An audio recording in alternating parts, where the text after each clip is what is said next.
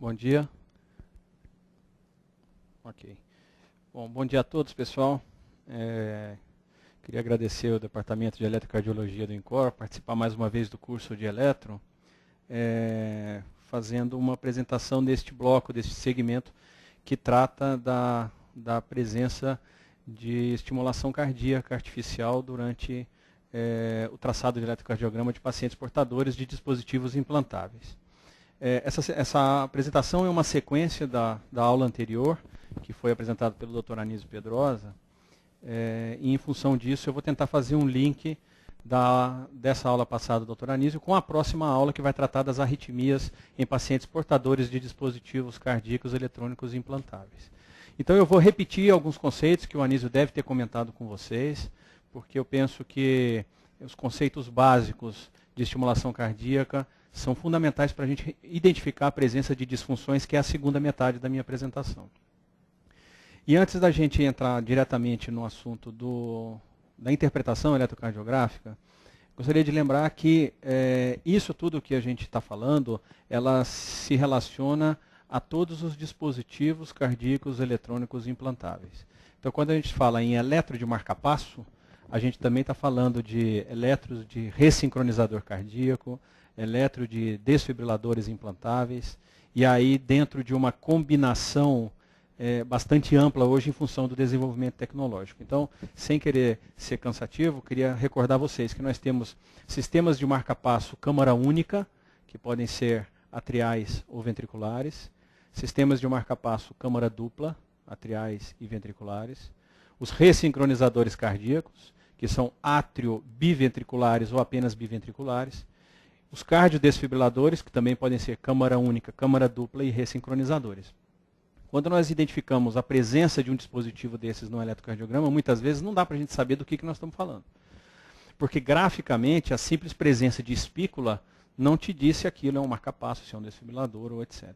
É lógico que à medida que a gente vai conhecendo melhor a tecnologia desses equipamentos, conhecendo melhor os recursos de cada um deles, a gente consegue supor se nós estamos falando de um ou de outro dispositivo. Mas eu queria deixar vocês com essa segurança. Não se preocupem com essa identificação nesse primeiro momento. Passada a fase de indicação do implante do dispositivo, a gente, quando se defronta a um traçado eletrocardiográfico, é óbvio que o que vai motivar a nossa interpretação do marcapasso é a presença ou não de espícula. E vocês vão ver que a interpretação do eletrocardiograma de paciente portador de dispositivo implantável, ela tem que seguir uma rotina, uma sequência de interpretação, igual qualquer eletrocardiograma. Então nós precisamos reconhecer o ritmo cardíaco, nós precisamos identificar a presença de ondas P, de ondas F, identificar a presença de QRS, identificar se existe correlação entre os P's e os QRS, igual a gente faz no eletrocardiograma normal. A diferença é que agora existe um artefato a mais, que é a presença de uma espícula. E aí, sempre que a gente vai interpretar o eletrocardiograma de portador de dispositivo, a gente tem que identificar se a espícula está presente ou ausente. A partir do momento que a gente identifica, existe uma espícula, a gente precisa saber o que motivou ao aparecimento dessa espícula e qual é o resultado da mesma. Então, se nós temos, por exemplo, um período de pausa e, de repente, uma espícula desencadeando um QRS, eu já suponho que aquela espícula surgiu porque surgiu a pausa e o meu marcapasso deve estar programado com uma frequência mínima que faça com que ele dispare uma espícula naquele momento. E se o resultado da espícula é a ocorrência de um QRS, então eu suponho que essa espícula seja originária de um eletrodo que está colocado em um dos ventrículos do coração. Então essa é a dinâmica que eu gostaria de propor para vocês. E em cima disso, a gente recorda do que o Anísio deve ter falado na aula anterior, que dentre os modos de estimulação básico que nós aprendemos, nós temos os marcapassos câmara única, que podem ser os marcapassos atriais e os ventriculares. Isso a gente identifica anatomicamente pela presença de um eletrodo que está situado na aurícula direita, normalmente, dentro do átrio direito, ou dentro do ventrículo direito. São os chamados marcapassos de câmara única. E os marcapassos de câmara dupla, ou os marcapassos conhecidos como marcapasso DDD. A diferença básica entre eles está essencialmente em qual câmara que eles estão estimulando.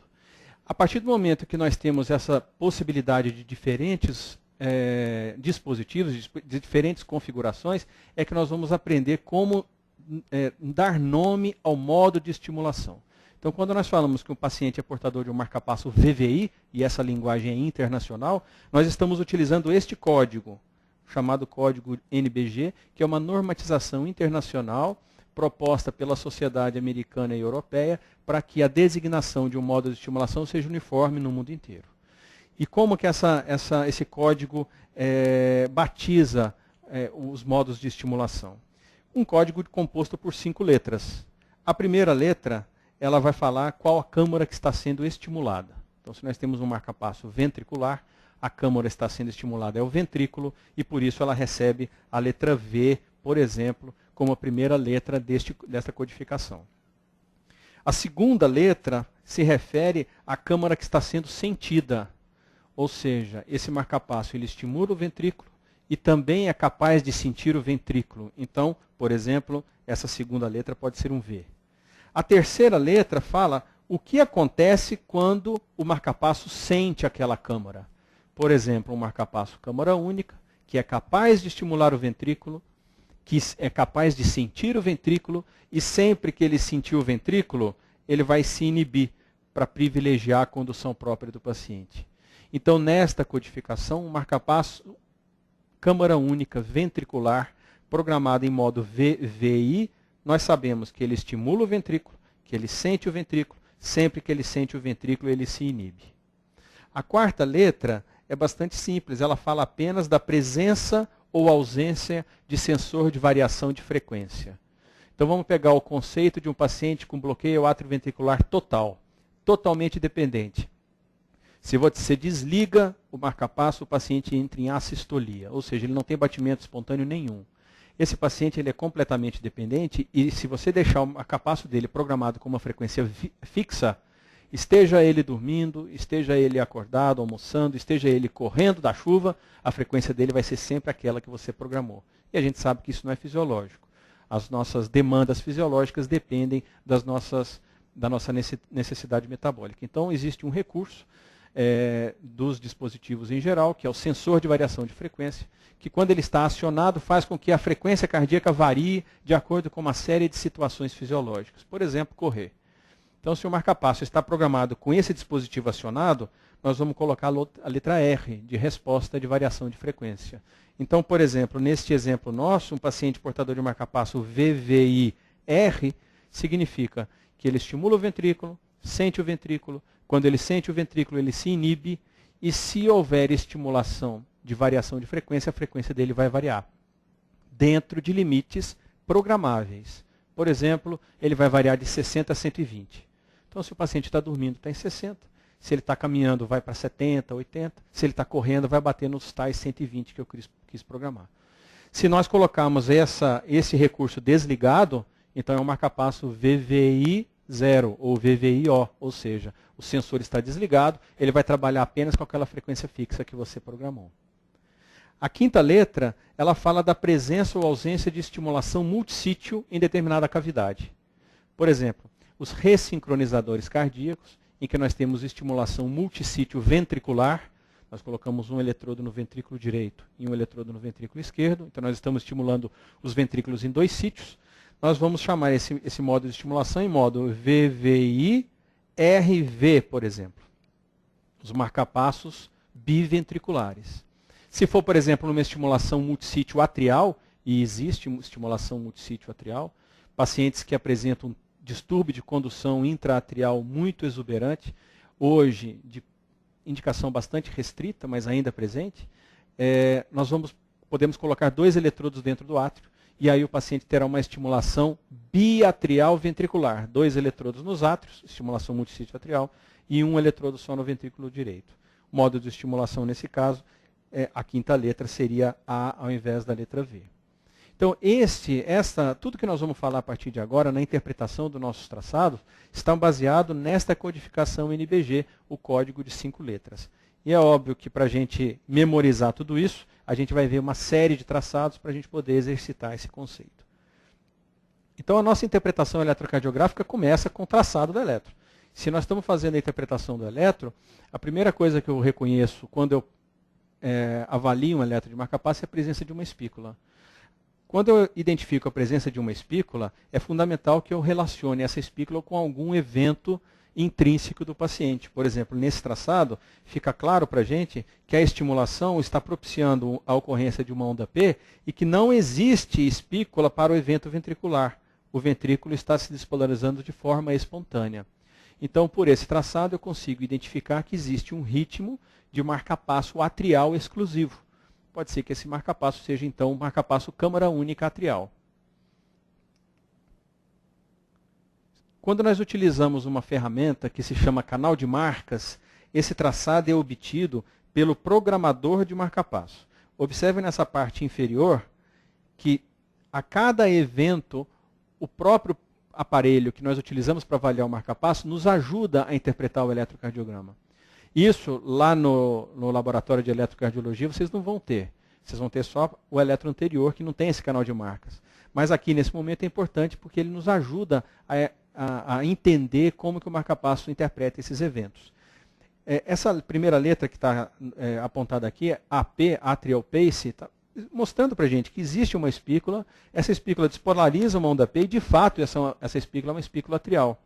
Repare que não existe identificação do que está acontecendo no canal ventricular. Não existe identificação de nenhum evento aqui.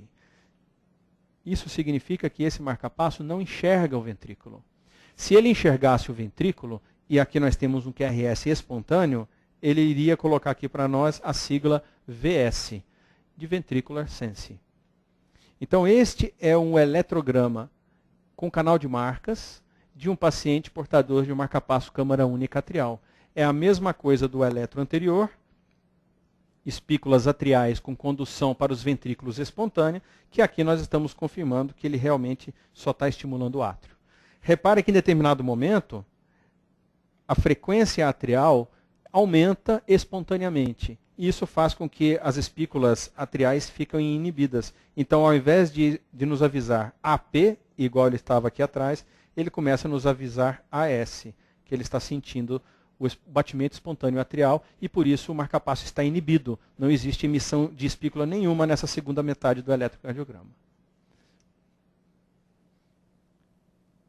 Voltando àquele traçado, dando exemplo, mostrando para a gente, então, que existe sempre uma espícula atrial, condução atrioventricular espontânea, uma nova espícula atrial e assim sucessivamente a intervalos fixos, nesse caso de 1000 milissegundos ou 60 batimentos por minuto, que é o que está programado, é a frequência básica programada desse marcapasso, é de 60. O que acontece neste momento é que ele sente uma onda P espontânea, uma onda P em que ocorreu imediatamente antes dele emitir uma espícula atrial nova. Então o marcapasso se inibe. Ele se inibe, reserva o direito do coração bater de forma espontânea e não participa desse ciclo. Repare que o ciclo se manteve estável, 1000 milissegundos. Depois de 1000 milissegundos não teve onda P, ele manda outra espícula e assim sucessivamente. Essa é uma estimulação chamada de AAI clássica, convencional. Ele estimula a câmara atrial, sente a câmara atrial e quando sente a câmara atrial ele se inibe. Modo AAI, um modo de estimulação de marcapasso câmara única. Vamos reconhecer esse outro ritmo. O conceito é semelhante. Existe um traçado em que nós identificamos presença apenas de uma espícula por ciclo. Essa espícula, ela deflagra a ocorrência do QRS. Ela não mais se relaciona com a onda P. E ocorre um batimento espontâneo que propicia a inibição da espícula. Então, uma espícula que está estimulando o ventrículo, estimula o ventrículo, é capaz de sentir o ventrículo e quando sente o ventrículo ele se inibe. Quando ele se inibe, ele aguarda mais um intervalo de tempo, não ocorrendo nenhum QRS espontâneo, outra espícula ventricular, e assim ele volta a estimular o ventrículo do paciente. Mais um batimento espontâneo, o marcapasso se inibe, vai começar a contar o intervalo de tempo todo de novo, até disparar um outro ciclo estimulado. Trazendo isso para o eletrocardiograma do nosso dia a dia, a gente identifica a presença da espícula, estimulando o QRS. Quando ocorre um QRS espontâneo, não aparece espícula, ele se inibe, mostrando para a gente que esse marcapasso estimula o ventrículo, sente o ventrículo, quando sente o ventrículo ele se inibe, e por isso esse é um marcapasso VVI, uma modalidade de estimulação de marcapasso câmara única ventricular. Repare que os intervalos são fixos, porque nós programamos esse marcapasso com algo em torno de 70, 72 batimentos por minuto de frequência básica. Sempre que a frequência cair abaixo disso, ele vai estimular sempre com esse intervalo. Agora nós podemos ter um entrelaçamento dessas duas situações, em que o paciente ele nos apresenta espículas atriais exclusivas, como nesse traçado aqui de cima, e espículas ventriculares exclusivas, como nesse traçado daqui de baixo. Esse traçado de cima, se nós não tivéssemos o canal de marcas, lembra que eu falei que daqui para baixo no eletrocardiograma a gente não tem? Isso é um canal de marcas que nos facilita a interpretação. Nós poderíamos chamar esse traçado daqui de cima de um marcapasso AI, porque ele está estimulando apenas a onda P e a condução para o ventrículo está ocorrendo de forma espontânea. Mas graças ao canal de marcas, eu estou sabendo que o marcapasso consegue enxergar o ventrículo. Ó. Ele está dizendo para a gente, pace atrial, cinto ventrículo. Pace atrial, cinto ventrículo. Isso fala para a gente que isso não é um marcapasso câmara única. Para ele enxergar o ventrículo dessa forma, ele tem que ter um eletrodo dentro do ventrículo. Mas repare que, embora ele seja um marcapasso câmara dupla, ele consegue funcionar como um câmara única. Isso vai ocorrer de acordo com a nossa programação. Vamos imaginar um exemplo? Um paciente que recebeu um marcapasso câmara dupla porque ele tem uma doença binodal. Ele tem uma doença do nó sinusal e tem um distúrbio de condução atrioventricular intermitente. Então eu precisei colocar um eletrodo em cada lugar. Como a condução atrioventricular dele é intermitente, sempre que a condução ocorrer, sempre que a condução for espontânea, o canal ventricular ele vai se inibir, vai deixar o QRS espontâneo e vai ficar estimulando só o átrio. Mas se por um acaso aquela condução vier a falhar, ele tem um eletrodo posicionado no ventrículo que não vai deixar o paciente entrar em assistolia. Então, neste segmento do traçado daqui de cima, ficaria bastante difícil para a gente dizer que esse marcapasso ele é câmara dupla se nós não tivéssemos o canal de marcas. Agora, olha o exemplo de baixo. No exemplo de baixo, eu também só tenho uma espícula, só que a espícula agora ela estimula o ventrículo, não estimula o átrio. Mais uma vez, eu tenho o canal de marcas para me ajudar, dizendo que ele está sentindo o átrio e estimulando o ventrículo. Ora, se ele está sentindo o átrio, ele tem que ter um eletrodo dentro do átrio, senão ele não sentiria. Mas diferente do traçado de cima, nesse traçado de baixo, mesmo se eu não tivesse o canal de marcas, dá para eu saber que esse é um marcapasso câmara dupla. Por quê? Porque repare que toda espícula ventricular ocorre sempre depois de uma onda P. Eu sempre tenho uma onda P depois da espícula do ventrículo. Onda P, espícula do ventrículo. Onda P, espícula do ventrículo. Se esse marcapasso fosse um marcapasso câmara única, um marcapasso VVI, com um único eletrodo colocado dentro do ventrículo, seria impossível ele adivinhar a hora certinha de emitir uma espícula ventricular após a ocorrência de uma onda P. Então, se nós pegamos um traçado parecido a esse, em que nós identificamos que existe apenas uma espícula que estimula o ventrículo, mas ela ocorre fixamente após a ocorrência de uma onda P, esse marcapasso tem que ser câmara dupla. E se ele é câmara dupla, qual é a câmara que ele está estimulando? Ele está estimulando o ventrículo. Mas essa estimulação ventricular, ela está sendo trigada pelo átrio. Então é uma estimulação que estimula o ventrículo, sente o átrio e triga o ventrículo após o átrio. Então é um modo de estimulação VAT, que nós convencionalmente chamamos de acordo com o código NBG. Esta, pessoal, é uma apresentação de estimulação muito frequente na interpretação do eletrocardiograma de paciente portador de marcapasso. Modo de estimulação VAT, frequentemente presente em pacientes que têm bloqueio atrioventricular total. Por quê? Porque ele apresenta ondas P normais. A origem do impulso elétrico no nó sinusal ocorre de forma normal. O problema dele é apenas a condução atrioventricular. Então, a ocorrência de onda P não está comprometida. Por isso, vai ter apenas espícula ventricular. Olha um exemplo de um marcapasso operando em modo VAT. Eu consigo observar que o traçado, nessa primeira metade, apresenta apenas uma espícula. Uma espícula que deflagra o QRS. Mas ao invés de ser um marcapasso VVI, câmara única. Eu posso dizer que ele é o marca-passo DDD, câmara dupla, porque a espícula ventricular sempre vem depois de uma onda P a intervalos fixos e regulares. O que comprova a minha suspeita é que a partir do momento em que a frequência sinusal dele diminuiu, aí ele começa a mandar também uma espícula atrial, além da espícula ventricular. Então, o marca-passo, câmara dupla, que está trabalhando na primeira parte do traçado em modo VAT e na segunda parte do traçado em modo DDD, em que ele estimula o átrio e o ventrículo, sente o átrio e o ventrículo, e tanto é capaz de inibir como de disparar, como de trigar a estimulação ventricular do paciente. Mais um exemplo, que a gente pode observar a presença de 2 espículas por cada ciclo. Então, nesse momento, nós não estamos conseguindo identificar nenhum evento sentido, porque o paciente está dependente. É fácil, só você imaginar um paciente que tem BAVT e frequência sinusal de 30. Nessa condição, em que ele tem disfunção dos 2 nós vamos ter estimulação atrial e estimulação ventricular o tempo inteiro. Então, nós sempre vamos identificar a presença de uma onda P disparada pela espícula e do QRS disparado pela espícula. Durante cada ciclo desses, pessoal, de acordo com a nossa programação, o que o marca-passo vai fazer sempre é contar intervalo de tempo. Se alguém te perguntar assim, qual que é a função mais primitiva, mais básica de marca-passo? Relógio. O que o marca-passo faz é contar tempo. Só que ele tem vários relógios ao mesmo tempo. Então ele vai contar vários intervalos de tempo ao mesmo tempo. E ele já sabe o que fazer. Venceu aquele cronômetro, ou ele emite uma espícula, ou ele inibe uma espícula. Essa é a função básica. É óbvio que os recursos tecnológicos levaram esses dispositivos a inúmeros recursos, mas a função mais básica deles continua sendo a mesma: contar tempo e decidir se emite ou não uma espícula. Então ele conta um intervalo que vai da espícula atrial até a espícula ventricular.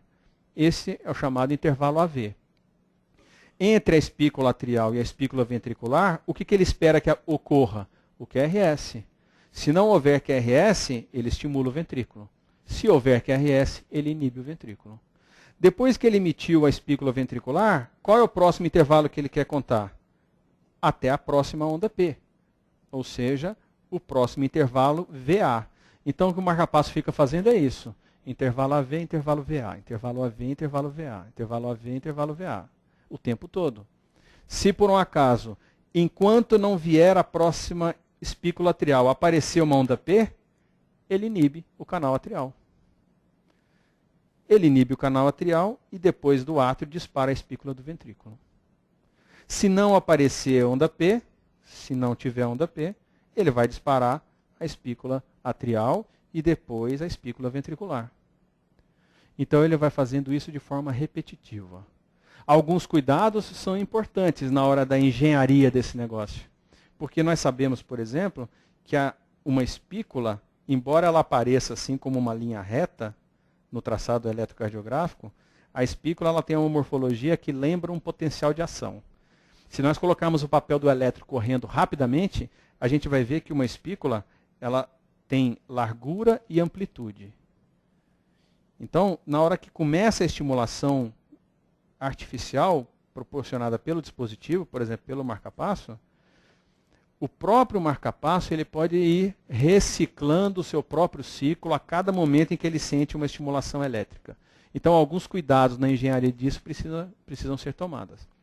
Mas, grosseiramente, o que ele vai fazer o tempo inteiro é contar tempos.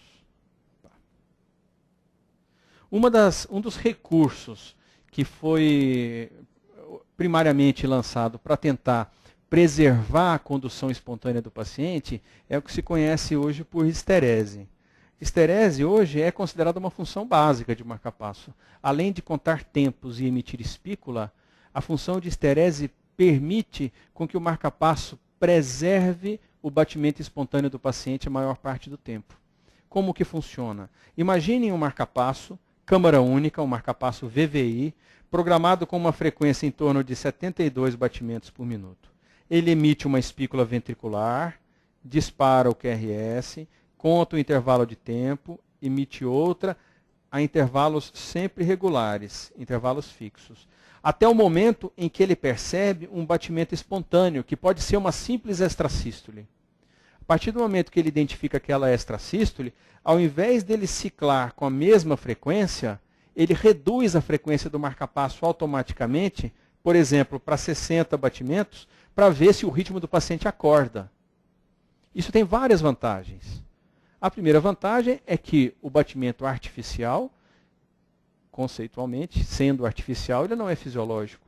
Ele propicia uma sequência de ativação do sistema excitocondutor do coração que não é fisiológica. Então, se o batimento espontâneo acordar, entre aspas, seria muito mais fisiológico para o paciente. Segundo, uma grande vantagem, economia de bateria. Quanto menos o marcapasso precisar estimular, teoricamente, maior a longevidade da sua bateria.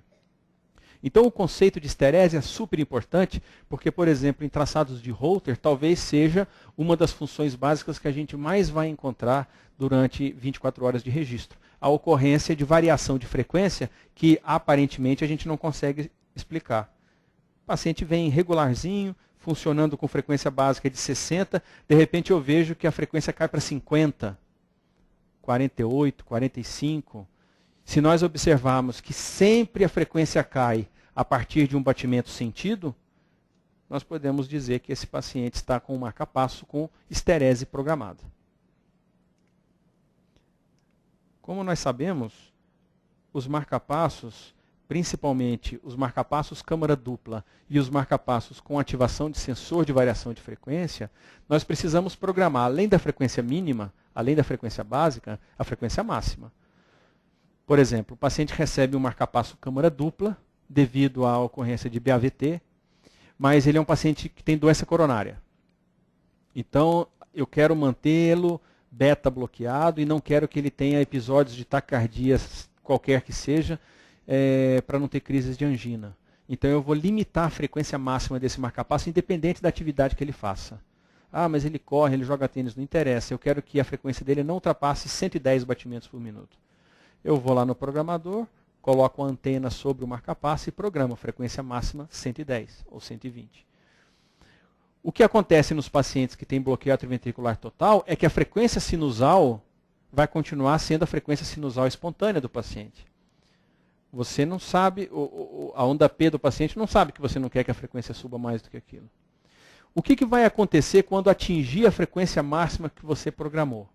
Podem acontecer dois fenômenos. Ou o marcapasso joga aquela frequência para uma condução 2:1. Então, por exemplo, a frequência sinusal está aumentando, está ocorrendo lá uma onda P, a espícula e o QRS. Uma onda P, a espícula e o QRS, numa frequência de 80 batimentos por minuto. O canal ventricular vai continuar acompanhando a onda P na frequência que está acontecendo. 80, 90, 100, 110, 120. Quando chegou na frequência que nós programamos como sendo a frequência máxima, ele começa a fazer um fenômeno semelhante ao fenômeno de Wenkeba. Ele começa a prolongar o intervalo AV, o intervalo atrioventricular, até que ele bloqueie uma onda P. Isso faz com que, de tempos em tempos, você consiga prolongar o intervalo entre um batimento e o outro. Esse é um dos recursos mais utilizados para controle da frequência máxima que você programou, que é o que nós chamamos de mecanismo de Wenkeba ou de pseudo-Wenkeba, que é um recurso imitado de uma situação fisiológica. Todos nós temos ponto de Wenkeba. Sabia disso?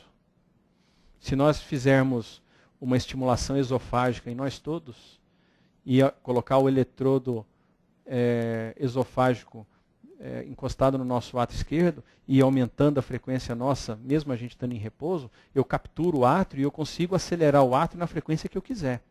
Só que vai chegar um momento em que o nosso nó AV vai começar a fazer fenômeno de Wenkeba, espontaneamente. Porque essa é a função do nosso nó AV, condução decremental para evitar frequências cardíacas aumentadas. Da mesma forma, o marcapasso vai fazer fenômeno de Wenkeba. Só que, diferente da condição fisiológica, quem determina o momento de entrar em Wenkeba sou eu, quando programo a frequência máxima do marcapasso. Se a frequência sinusal continuar aumentando, vai chegar uma hora que o fenômeno de Wenkeba não vai ser suficiente para controlar a frequência máxima. Então, o que ele faz? Condução 2:1. Para cada 2 ondas P é que ele vai deixar conduzir um QRS. Então, este é um mecanismo que nós chamamos de limitador de frequência. A frequência do marca-passo vai aumentar até o determinado limite em que começa a acontecer fenômeno de Ventquelba. E se essa frequência continuar aumentando, mais 10 ou 20 ou 30 batimentos, ele vai começar a fazer bloqueio 2:1. Antigamente, nos marca-passos de umas 2 ou 3 gerações anteriores, não existia o fenômeno de Ventquelba. Ele caía direto para 2:1. E isso era muito sintomático. Por isso que se inventou o mecanismo de pseudo-Ventquelba. Como que funcionava então antes? O paciente estava lá, na frequência dele de 60 que você programou. Aí ele ia fazer uma corrida, ia lá para o Ibirapuera e ia dar uma corridinha. Aí a frequência subindo, subindo, subindo, subindo. Quando chegava em 120, a frequência dele caía para 60, porque ele fazia bloqueio 2:1 de uma hora para outra. Então você imagina, você está com 120 de frequência, daqui a pouco a sua frequência cai pela metade. Você está no pico do seu esforço, isso era muito sintomático. Cansaço, tontura, falta de ar. Então, criou-se esse recurso, em que, vamos supor, de 120 a 140 ele controla com Ventquelba, a frequência vem diminuindo gradativamente, passou disso ele faz 2:1. Normalmente os marcapassos têm os dois recursos disponíveis, tanto o Ventquelba quanto o 2:1.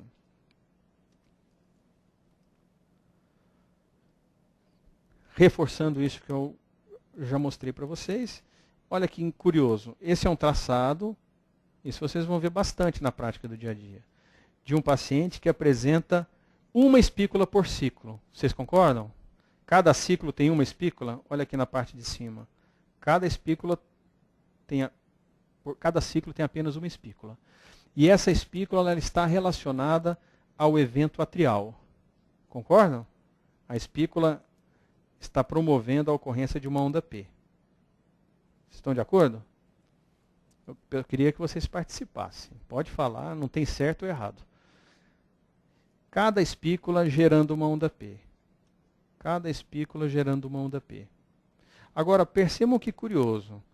Se a gente chamar esse marca-passo de AI, porque é um marca-passo que está se relacionando apenas com as ondas atriais, por que ele se inibiu quando ele sentiu um QRS? Vocês concordam que se esse é o intervalo básico dele, depois dessa espícula, ele tinha que ter mandado uma outra espícula aqui? E ele não mandou a espícula nesse momento? Está dando para entender, pessoal? Se esse marca-passo é um marca-passo câmara única atrial, ele não sentiu esse QRS. Se ele não sentiu esse QRS, ele tinha que ter mandado outra espícula aqui. Se ele não mandou uma espícula aí, é porque ele sentiu o QRS. Se ele sentiu o QRS, é porque ele tem eletrodo no ventrículo. Então, este traçado, embora a gente esteja vendo apenas uma espícula por ciclo, essa espícula se relaciona sempre ao átrio, mas existe um evento ventricular sentido, então eu posso dizer que esse é um marca-passo DDD, que neste momento está operando em modo AI, mas ele é um marca-passo câmara dupla, porque quando foi necessário sentir um evento ventricular espontâneo, ele sentiu de forma adequada. Nós vamos ter exemplos para tirar a dúvida que possa ter ficado nesse traçado. Então, olha aí. O evento vinha com intervalo fixo de 833 milissegundos, ocorreu a presença de um evento ventricular, ele sentiu, inibiu e assim sucessivamente. Para você dizer que esse marca-passo, mas existe alguma possibilidade disso acontecer em um marca-passo câmara única atrial exclusivo? Apenas se ocorreu ao mesmo tempo desse QRS uma onda P. Por exemplo, uma extrasístole atrial, que o canal atrial sentiu e por isso ele se inibiu. Fora isso, só tem uma explicação, é ele ser câmara dupla.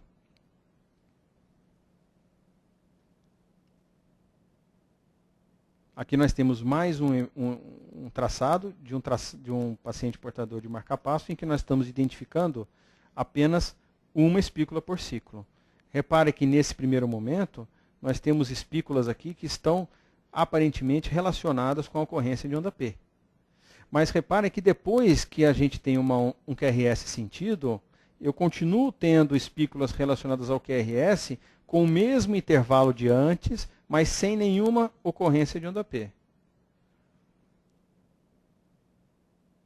Então não tem nenhuma outra possibilidade que não seja, neste primeiro momento, de ter acontecido aqui uma estimulação ventricular exclusiva em que a frequência sinusal se aproximou bastante da frequência ventricular. Nesse traçado parece estar associado às ondas P, mas a gente percebe que o marcapasso ele é câmara única. Se fosse um marcapasso câmara dupla, ele teria que estar sincronizando as ondas P e não estimulando apenas o ventrículo. Ele teria que estar mandando espículas atriais antecedendo as espículas ventriculares. Aqui mais um exemplo de um marcapasso DDD, apenas mostrando para a gente os intervalos de tempo que eu expliquei. As espículas atrial e ventriculares sendo estimuladas com um intervalo de 140 milissegundos. Um intervalo AV, o chamado intervalo PR eletrônico. Depois de cada espícula ventricular, a espícula atrial, e aí ele reinicia a contagem de tempos. Então, o marcapasso câmara dupla operando em modo DDD constantemente. Como que nós vamos identificar no eletrocardiograma a ativação de um sensor de variação de frequência? No eletro de repouso é difícil, pessoal, principalmente se o paciente estiver em repouso há mais tempo. Mas no traçado de Holter, no traçado de teste ergométrico, é muito simples. A gente vai avaliar a presença de espículas que ao longo do tempo vão encurtando o seu intervalo de estimulação, fazendo com que o paciente vá ficando cada vez mais taquicárdico, até um determinado limite.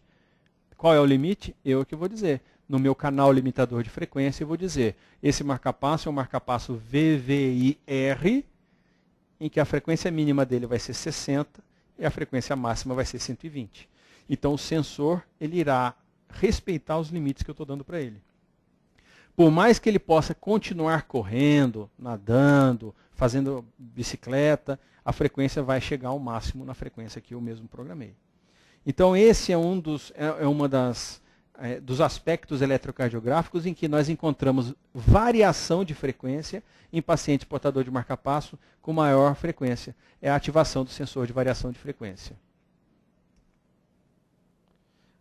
Aqui mostrando só como que ficam os intervalos. Num momento em que o paciente não estava em atividade, o intervalo estava de 800 milissegundos, em torno de 70 batimentos por minuto. E à medida com que ele vá fazendo atividade física, esse intervalo vai encurtando, encurtando, até chegar aqui em torno de 520 milissegundos. E você comprova isso pelo intervalo RR, que vai ficando cada vez mais curto. A partir do momento que o paciente interromper a atividade física dele, isso vai acontecendo de forma contrária. O intervalo QRS vai alargando, alargando, alargando, até voltar a ser um intervalo básico programado, por exemplo, de 800 milissegundos. Esse é um aspecto importante para você diferenciar, por exemplo, variação de frequência ocasionada por ativação do sensor de uma taquicardia mediada que é interrompida.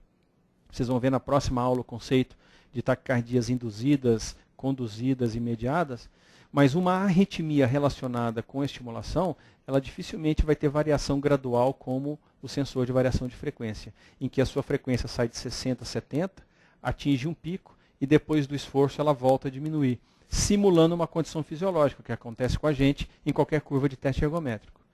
Então, quando a variação de frequência ocorre por variação do sensor, isso acontece de forma progressiva e de forma decressiva.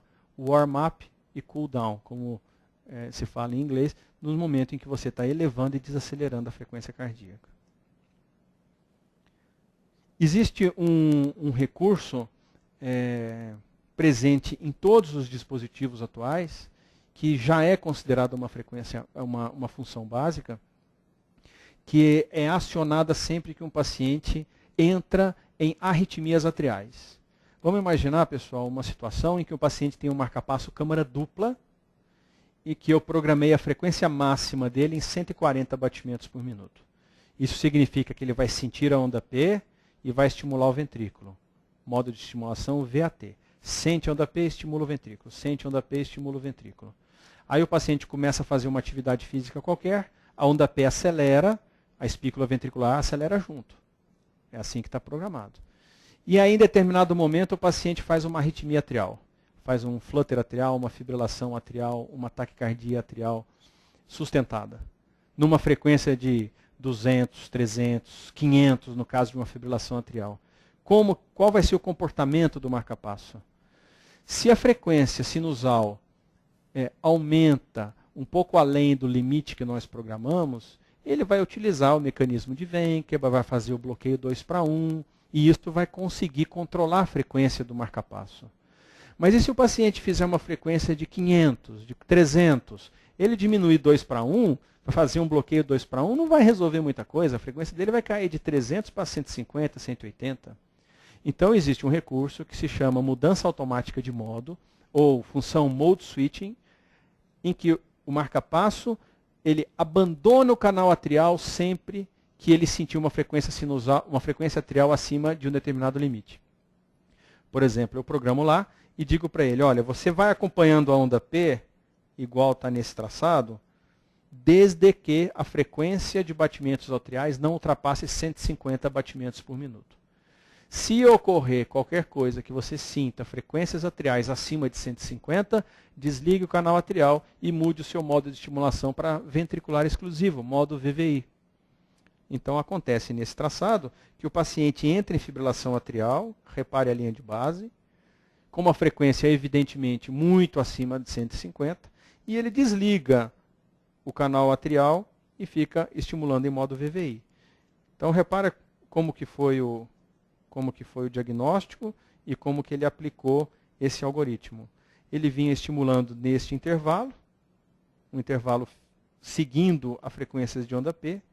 De repente, observe que o intervalo encurtou, porque inicialmente ele tentou acompanhar o átrio, então ele está estimulando o ventrículo numa frequência mais rápida, mas aplicou durante este episódio este algoritmo que diz que se a frequência for acima, por exemplo, de 150, para ele desligar o átrio. Ele desligou o átrio, o intervalo para a próxima espícula ventricular aumentou, porque ele passou a estimular com uma frequência ventricular exclusiva. Acho que está marcado aqui os canais. Aí. Então ele vinha estimulando com um intervalo de 820, mas obedecendo à ocorrência de ondas P. Em determinado momento, ele percebe ondas P numa frequência muito elevada e ativa a mudança automática de modo chamado AMS, Automatic Mode Switching, porque ele preencheu critérios de detecção de uma fibrilação atrial. Então ele abandona o canal atrial, fica estimulando em modo VVI, até que ele perceba que voltou a ocorrer frequências sinusais dentro dos limites que eu previamente estabeleci. Quando ele perceber que a frequência sinusal não é mais aquela, que a frequência de batimentos atriais não está mais disparado, ele abandona aquele algoritmo e volta a estimular em VAT, como inicialmente ele havia sido programado. Como que nós vamos identificar isso no eletrocardiograma? Exatamente como está aqui. Você vê que em parte do traçado ele está acompanhando a onda P bonitinha, de repente existe uma arritmia atrial, em que ele inicialmente apresenta ali 2, 3, 4 espículas rápidas, tentando acompanhar o átrio, mas imediatamente ele abandona o átrio e volta a ciclar com intervalos mais longos. Por que, pessoal, que ele faz isso de emitir 2 ou 3 espículas rápidas tentando acompanhar o átrio? É o tempo dele executar aquele algoritmo, que do ponto de vista eletrônico, depende dele identificar. Por exemplo, eu programei lá que se ele sentir 16 ondas P acima de 150, que ele vire um VVI. Ah, não, eu não quero 16, eu quero 12. Eu tenho limites para programar isso. Ou eu posso ainda fazer uma programação que a gente chama de X em Y. Fala assim, olha, você fica sempre contando 12 ondas P. Quando 8 destas 12 ondas P estiverem acima de 150, então você muda o seu modo para VVI.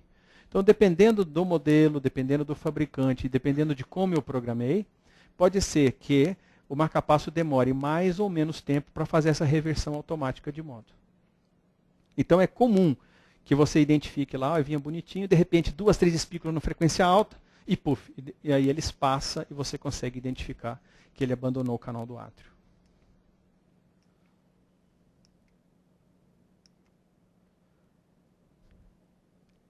Sempre que a gente está avaliando, então, o eletrocardiograma do paciente portador de marca-passo, e para nós na clínica de marca-passo não é diferente, a gente quer reconhecer o funcionamento normal. Se a gente quer reconhecer o funcionamento normal, eu preciso saber o que é anormal. E o que é anormal é o que a gente chama de disfunção. Então, nos próximos minutos, nós vamos falar um pouco disso daqui, das disfunções de marca-passo, que são as mais frequentes, as mais presentes.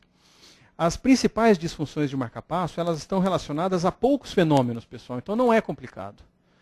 Existem coisas que nós vamos ter que recorrer a manual, nós vamos ter que recorrer ao fabricante, eventualmente a gente chama o fabricante também não sabe o que é, ele vai mandar lá para a matriz, lá nos Estados Unidos, na Alemanha, não sei aonde, mas são fenômenos raros, são fenômenos infrequentes. Os fenômenos frequentes, eles podem ser sintetizados assim, ó, alterações de sensibilidade, alteração de captura e ausência de emissão de espícula.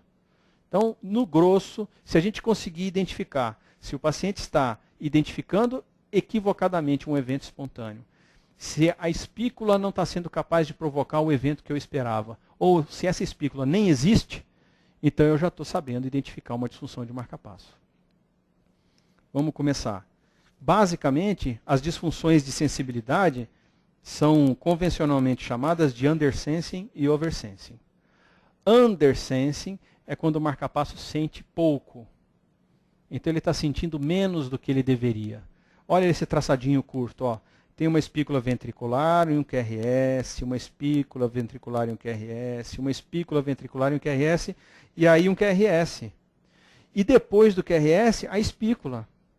Bom, se esse é um marca-passo VVI, que está comandando o ventrículo de forma adequada, quando tiver um evento espontâneo, ele tem que se inibir. Então, neste momento, houve um undersensing, porque ele não sentiu esse evento espontâneo ventricular aqui, ó. Então, ele está sentindo pouco. A sensibilidade dele está inadequada. Undersensing, sentiu pouco.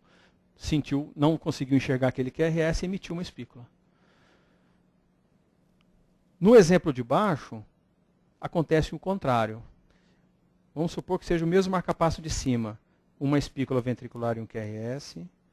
Uma espícula ventricular e um QRS. Aqui até a gente pode discutir uma mudança de morfologia do QRS, mas respeitando sempre o intervalo fixo. E acontece que neste momento, por exemplo aqui, ó, ele fica um tempo muito prolongado sem emitir espícula. Por quê? Eu não falei que ele só prolonga isso, por exemplo, se ele tiver com esterese programada, ele prolonga. Lembra disso? Só que para ele prolongar, ele tinha que ter sentido um QRS aqui, ó. Só que não tem QRS aqui. Então ele sentiu mais do que deveria. Isso é um oversensing. Ele fez uma inibição anormal do marca-passo. O marca-passo ficou inibido aqui, porque esse é o intervalo dele, ó. Esse é o intervalo. E aqui está quase o dobro. Se não mandou espícula, é porque ele sentiu alguma coisa, mas eu estou vendo que não tem nada. Então é um oversensing, ele sentiu mais do que deveria. Então, se ele sente pouco, ele emite a espícula, mesmo havendo a despolarização espontânea. E se ele sente muito, ele não manda a espícula, mas não houve nada. Ele sentiu de forma equivocada. Esse conceito traz um pouquinho de confusão, mas à medida que vocês forem repetindo isso visualmente nos laudos que vocês vão dar todos os dias, isso fica reforçado. A terceira disfunção, talvez mais frequente, seja isso, a ocorrência de espículas que não ocasionam nem QRS, nem onda P, nem nada. É a presença de uma espícula que é incapaz de despolarizar aquela câmara onde ele está situado, onde está situado o eletrodo. Então é a presença de perda de captura. Espículas que não são capazes de estimular a câmara programada. E o quarto e último tipo dessas causas mais frequentes, a ausência de espícula, o silêncio de espículas. Então, neste exemplo, o paciente vinha com uma estimulação ventricular exclusiva, em determinado momento não houve espícula nenhuma. Isso é claramente uma disfunção. Vamos reforçar os conceitos. Undersensing. Existe uma despolarização intrínseca, que pode ser atrial ou ventricular, mas não é sentida pelo marca-passo. Olha, veio estimulando de forma adequada, até que a espícula quase que encavalou com o QRS, e às vezes até depois do QRS. Então, este QRS não foi sentido. Undersensing ventricular. O que causa undersensing? A causa mais comum é essa primeira aqui, ó. Programação inadequada. A gente tem como medir o tamanho da onda P, que o marca-passo enxerga, medir o tamanho do QRS, que o marca-passo enxerga. Então não adianta eu programar para ele sentir um QRS de 4 mV, sendo que ele só sente um QRS de 2 mV. Então ele vai ficar cego o tempo inteiro. Mas podem acontecer problemas técnicos, como, por exemplo, o eletrodo sai do lugar, ou então, ao longo do tempo, ele fratura, pode ocorrer quebra do isolante, ou então do filamento. Eletrodos muito antigos, 20, 30, 35 anos, podem apresentar esse tipo de disfunção. Ou então, mudança do sinal intracardíaco. Por exemplo, o paciente tinha lá um eletrodo posicionado no septo do ventrículo, septo interventricular, e depois de 6 anos ele teve um infarto anteroseptal. Então ele estava posicionado numa região que tinha componente muscular e que agora é tudo fibrose. Então o sinal do QRS que ele enxergava era de 12 milivolts, agora o sinal que ele enxerga é de 2 milivolts. Porque houve uma mudança estrutural na região onde ele está posicionado. Aqui um exemplo de uma imagem de raio-x mostrando, não sei se vai dar para vocês enxergarem, mas mostrando uma fratura do eletrodo. Essas fraturas são terríveis, porque pode dar todas essas disfunções que eu falei podem acontecer com fratura de eletrodo. O oversensing é o sinal impróprio, ele está sentindo alguma coisa que na verdade não existe.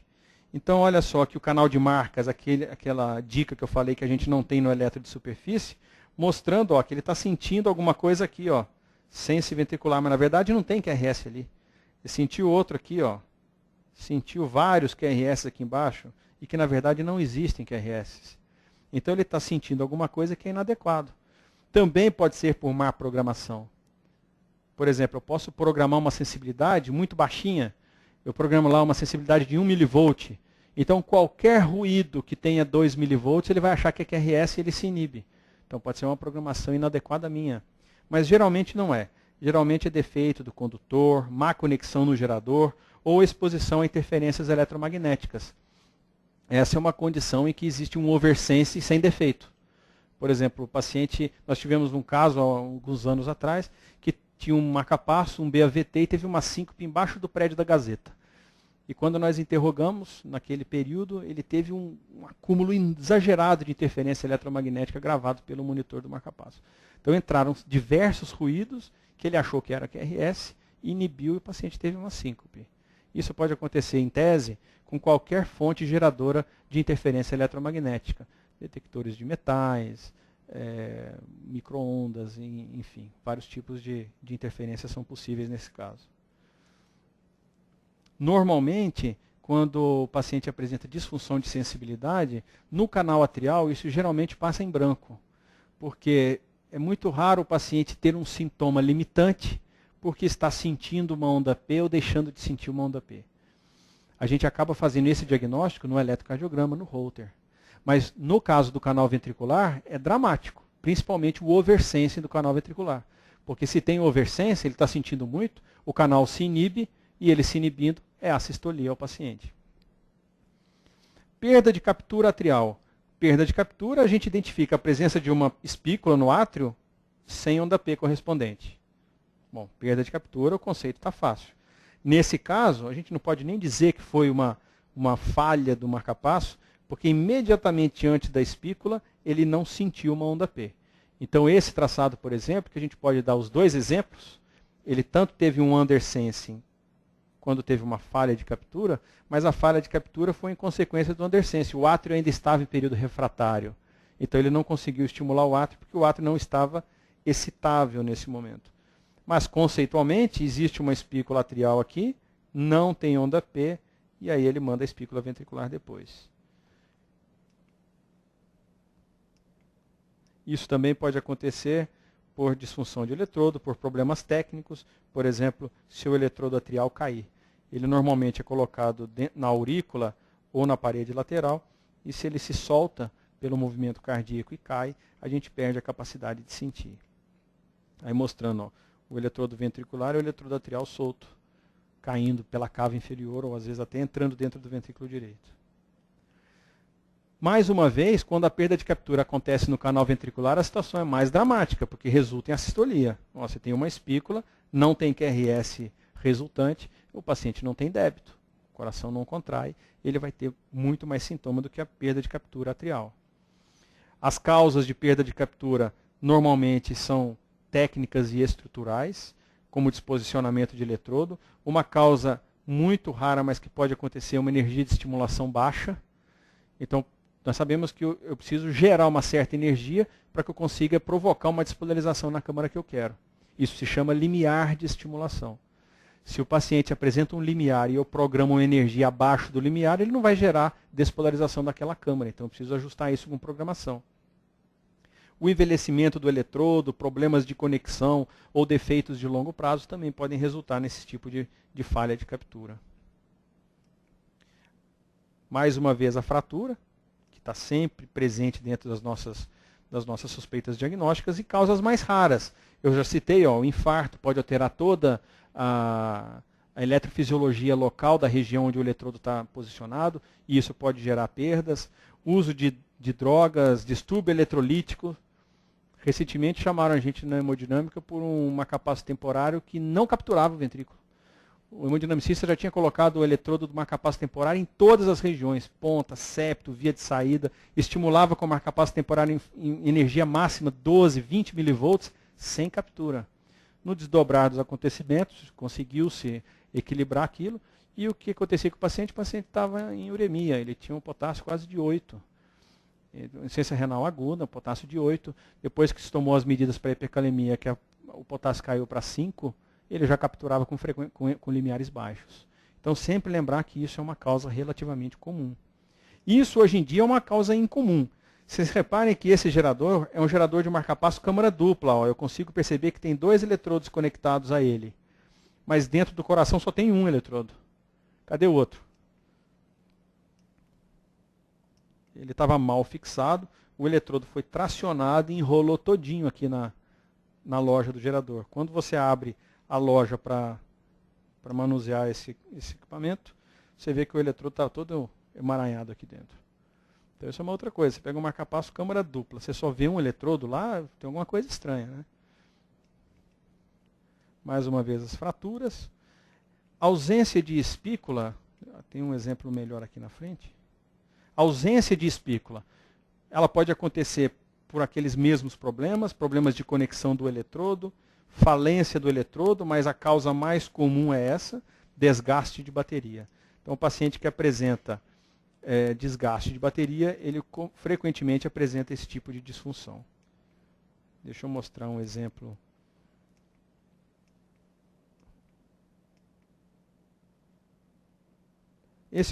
Antes de mostrar o da ausência de espícula, esse é um exemplo que eu acho interessante, que é bastante educativo. Nós temos aqui um paciente que apresenta um marca-passo, que apresenta uma espícula por ciclo, só a espícula ventricular, todos conseguem enxergar, mas a espícula ela está associada à ocorrência de ondas P, então a gente consegue identificar que esse é um marca-passo câmara dupla, que nesse segmento está operando em modo VAT. Isso se comprova aqui na segunda parte do traçado, em que eu já tenho 2 espículas, uma claramente no átrio e uma claramente no ventrículo.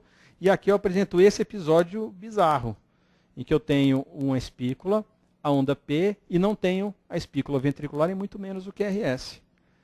Essa é uma condição relativamente infrequente atualmente, mais frequente nos sistemas mais antigos, ou então em marca-passos com disfunção de eletrodo, em que nós temos uma espícula atrial e uma inibição daquilo que seria a espícula ventricular pelo próprio evento atrial.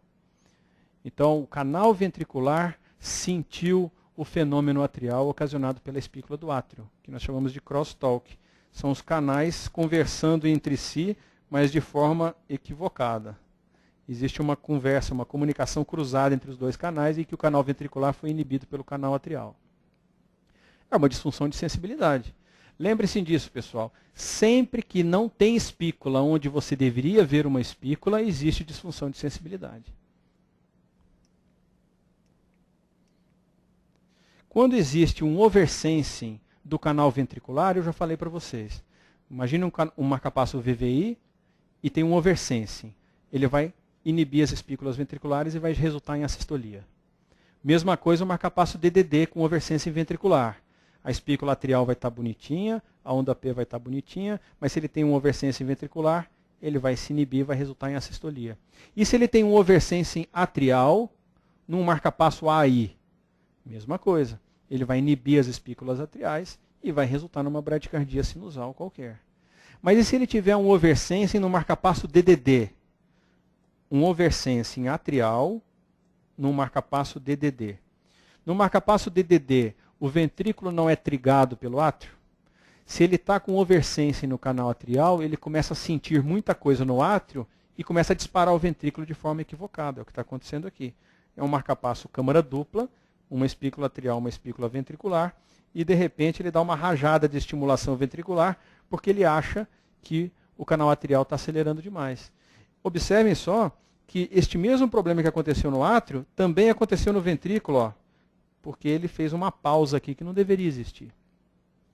Então, este marcapasso está apresentando disfunção de sensibilidade em ambos os canais, com períodos de oversense no canal atrial e oversense no canal ventricular. E aqui fica exemplificado a manifestação de cada um. Quando o oversense é no átrio, a frequência dispara. Quando a oversense é no ventrículo, ocorrem pausas.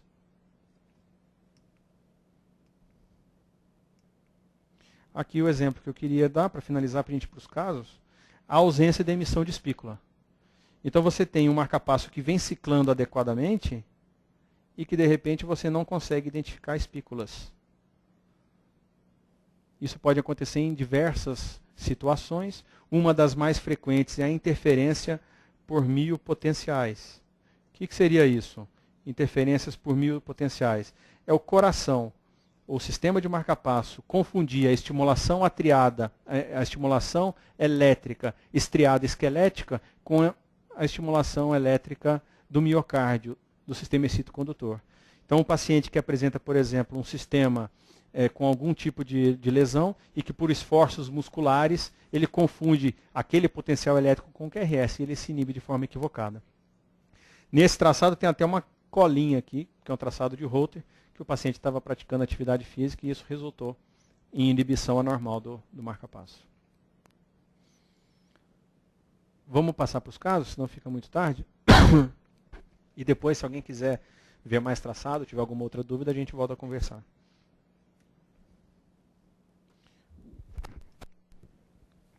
Posso colocar aqui pelo meu mesmo, né?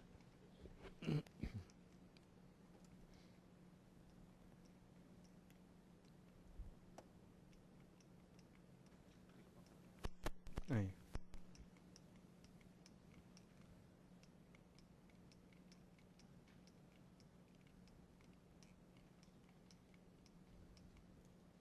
Tem como ir passando aí para mim, que não está passando aqui? Pode passar? Passa. Pode. Pode mais. Pode ir? Esse eu não vou falar. Pode ir? Pode ir.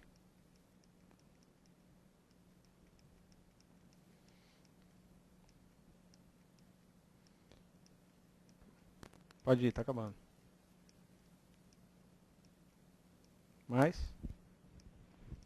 Você está passando aí? Pode passar, pode ir. Ah não, pode parar, parei.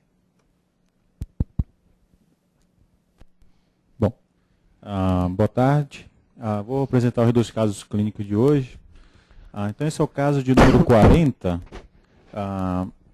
que é na verdade, registro de Holter, no qual a gente consegue observar, no início desse traçado, um escape ventricular, na sequência, uma captura ventricular sincronizada com o batimento atrial, na sequência a gente consegue ver uma pausa, no qual não se observa nenhuma espícula, e após isso, capturas ventriculares que estão sincronizadas com batimentos atriais, inclusive com batimentos atriais precoces. Então, esse é o primeiro caso de hoje, no qual a gente consegue identificar uma falha, né, na verdade, de estimulação provocada por um descenso no canal ventricular, no qual ele deixa de estimular os batimentos, espícula, na verdade, ventricular, em consequência de um aumento de sensibilidade, percebendo batimentos que, na verdade, não estão acontecendo, gerando essa pausa. Aqui, uma pausa de 2,2 segundos nesse traçado. A intensidade, na verdade, a manifestação clínica desse tipo de disfunção varia muito com o tempo de pausa que acontece. E vou passar aqui a princípio, na verdade, alguém quer discutir esse primeiro traçado? O conceito. Alguém queria comentar alguma coisa desse traçado? Alguém que ficou com alguma dúvida, entendeu o que aconteceu? Então, reparem, o primeiro evento que está inibido, ele está inibido porque ele ocorreu, o marca-passo identificou corretamente e pronto, ficou por aí mesmo. Aí ele emitiu uma espícula ventricular a partir do segundo, no segundo batimento, aparentemente trigado pela onda P, o que caracterizaria um fenômeno VAT, um marca-passo câmara dupla.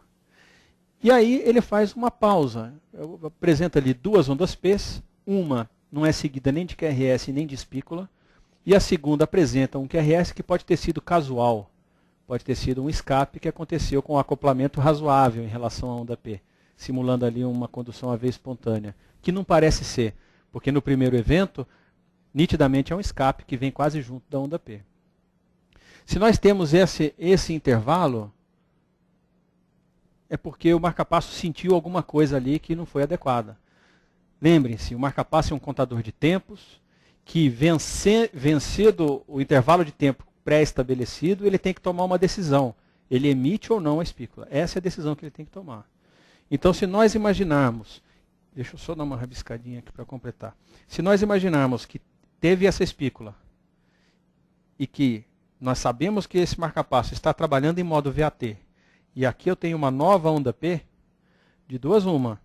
Ou ele tem que mandar uma espícula ventricular aqui, ou então ele deveria ter mandado uma espícula atrial, contado o intervalo AV, mandado uma onda P e depois emitido um QRS. E não aconteceu nada disso. Simplesmente teve uma onda P e ele não mandou a espícula aqui. Então ele sentiu alguma coisa que inibiu o marca-passo. Isso é um oversensing. Um oversensing do canal atrial ou um oversensing do canal ventricular? Se fosse do canal atrial, o que iria acontecer? Ele ia disparar o ventrículo. Mas não aconteceu isso, aconteceu uma inibição. Não ocorreu espícula nenhuma. E aqui eu aproveito para dar o gancho de mais um conceito. É óbvio que a gente imagina que a sensibilidade mais importante é do canal ventricular. Mas para o marca-passo também é.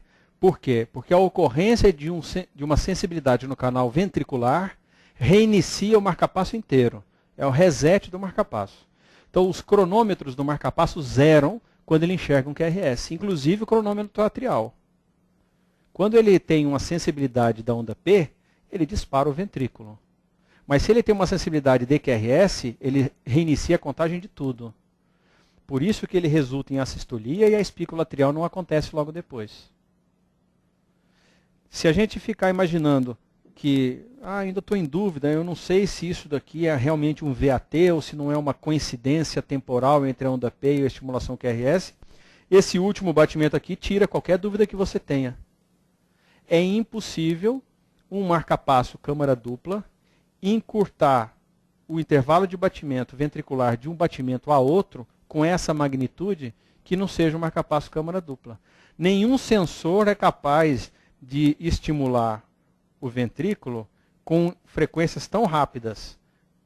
Esse intervalo e depois esse intervalinho aqui super rápido. Só tem uma hipótese. É que ele trigou a partir de uma sensibilidade de uma onda P.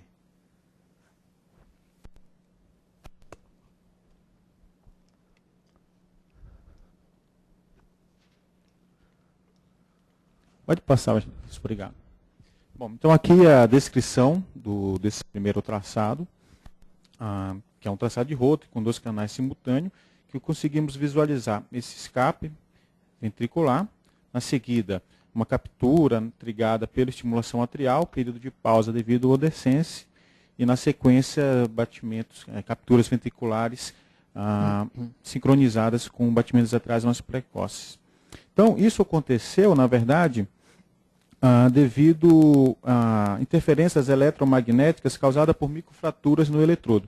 Essas microfraturas normalmente não são identificadas pela imagem radiológica e uma das formas que se faz para corrigir isso é reprogramar o marca-passo para ver que não vai ficar estimulando o ventrículo com uma frequência constante. Ou seja, se essa complicação, se essa disfunção de sensibilidade ocorre porque o marca-passo está sentindo de forma exagerada, é um oversensing, e isso está resultando em complicações graves, porque isso pode resultar síncopes, trauma craniano, etc., basta que eu desligue a sensibilidade.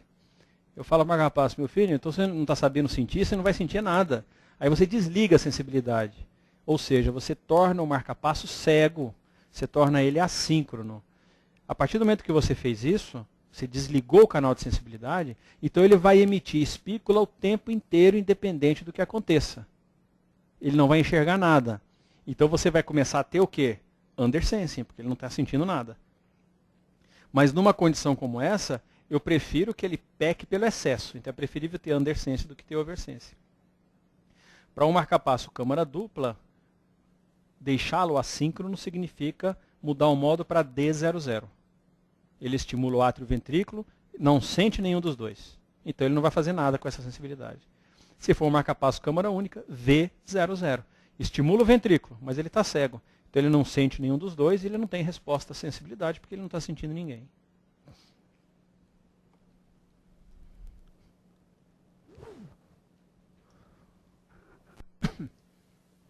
Bom, passarei agora para o caso 41. Aqui nós já vemos um elétrico de derivação D1, D2 e D3, que é um marca-passo de dupla câmara, que nós conseguimos identificar uma espícula atrial e uma espícula ventricular. O que chama atenção nesse traçado é que após a estimulação pela espícula atrial, não conseguimos ver presenças de onda P. Né? Não está sendo capaz de gerar uma espícula, não conseguimos visualizar. E após a espícula ventricular, aí sim, gerando um QRS, uma despolarização ventricular. Olhando mais atentamente, a gente consegue visualizar que após essa estimulação ventricular, identificamos presenças de ondas P retrógradas. Isso está acontecendo, por quê? Porque na hora que você estimula o átrio, não houve a despolarização atrial, houve a condução para o ventrículo, e se houver uma condução ventrículo-atrial íntegra, essa estimulação ventricular sobe para os átrios, fazendo com que ocorra a despolarização atrial retrogradamente. O que chama atenção é que, após esse estímulo atrial, ele não deflagrou um novo batimento ventricular, né, que poderia gerar uma arritmia pela essa condução atrial retrógrada. Aí não, um período, provavelmente porque pegou no período refratário, com novo estímulo atrial. Essa novamente sem conduzir, sem gerar uma espícula atrial, espícula ventricular, conduzindo novamente o mesmo circuito. Então aqui ocorre também uma disfunção de sensibilidade. Só vou complementar, reforçar esse conceito, porque eu acho legal, porque é um gancho para a próxima aula, é o gancho para a aula do Anísio. Então imagina, é um marca-passo câmara dupla. Tem espícula atrial, tem espícula ventricular, ou seja, é um marca-passo DDD. Se é um marca-passo DDD, sempre que houver um evento atrial, ele vai trigar o ventrículo em seguida. Não é assim? Ele sente a onda P e emite a espícula do QRS. Correto? Imagina só, está acontecendo aqui um evento atrial espontâneo. Se ele é um marca-passo DDD, ele teria que estar mandando uma espícula imediatamente depois dessa espícula. Por que ele não está mandando? Porque neste caso, existe um recurso que se chama período refratário do canal do átrio, que faz com que ele não enxergue essa onda P. Então, este período, se tivesse programado um pouquinho mais curto, por exemplo, aqui, ó, e a onda P retrógrada aconteceu fora deste período, que chama PVARP, período refratário atrial pós-evento ventricular, ele teria disparado uma espícula ocasionada por uma P retrógrada. Olha só a confusão. Ele tem uma espícula atrial que não consegue deflagrar uma onda P. Tem uma espícula ventricular que resulta numa P retrógrada. Aí ele sente essa onda P e manda outra espícula ventricular, que conduz outra P retrógrada, que também é sentida e induz outra espícula ventricular. E isso fecha um ciclo vicioso, que vocês vão ver várias vezes com o Anísio na semana que vem, que é o principal conceito da taquicardia mediada pelo marca-passo. Agora, além dessa peculiaridade, que conseguiu-se, não é fácil você pegar um eletro assim e ficar tão bonito como esse, é que isso frequentemente é muito sintomático. é muito comum o paciente que apresenta ondas P retrógradas como essa, referir sensação de sufocamento, sensação de batimento retrógrado, tipo um frogging da taquicardia por reentrada nodal. Ele sente o batimento, sente tontura, cansaço, intolerância aos esforços, que é o que dá o nome à síndrome do marcapasso. Mais frequente marcapasso VVI. Você imagina você implantar um marcapasso VVI num paciente em ritmo sinusal. Quando você estimular o ventrículo e o paciente, por acaso, tiver condução possível, condução retrógrada ventrículo atrial pelo 9V, ele vai desencadear uma onda P retrógrada e isso é incurável. Não tem como você falar assim, como é que eu vou parar com essa onda P retrógrada? Só se eu desligar o marcapasso. Mas se eu desligar o marcapasso, o paciente vai ter síncope. Então, em marcapassos câmara única, se existe, por exemplo, um marcapasso VVI com condução retrógrada sintomática, isso significa reoperação. Ou você tem que botar um eletrodo no átrio, ou então você tem que mudar o eletrodo do ventrículo de posição para ver se a propriedade eletrofisiológica muda e ele deixa de fazer condução retrógrada. No caso do câmara dupla, o que vocês acham que seria a solução para esse caso? Ele está tendo uma condução retrógrada porque não está tendo captura do átrio. A condução retrógrada está acontecendo porque ele não está capturando o átrio. Então, qual que seria a solução do problema? Capturar o átrio. Se eu fizer com que a minha espícula atrial seja capaz de provocar uma onda P, quando vier a vez da condução ventricular, o QRS, o átrio vai estar em período refratário e aí não vai conduzir retrogradamente para o tecido atrial. Então, o que eu tenho que fazer neste paciente? Tem que levar ele lá para o programador, fazer uma curva de limiar, ver se a programação está adequada. Se o limiar estiver inadequado, eu programando um limiar adequado, um limiar de captura adequado, eu passo a provocar uma onda P, e aí eu acabo com a onda P retrógrada, não preciso reoperar ninguém. Se isso estiver acontecendo por um defeito permanente do sistema, olha, perdeu captura atrial porque o eletrodo atrial quebrou, perdeu captura atrial porque acabou a bateria do marcapasso, aí é cirúrgico. Aí eu tenho que trocar o eletrodo, tenho que trocar o marcapasso. Mas, na imensa maioria das vezes, esse problema acontece por programação inadequada. O limiar do átrio está alto e aí você não captura.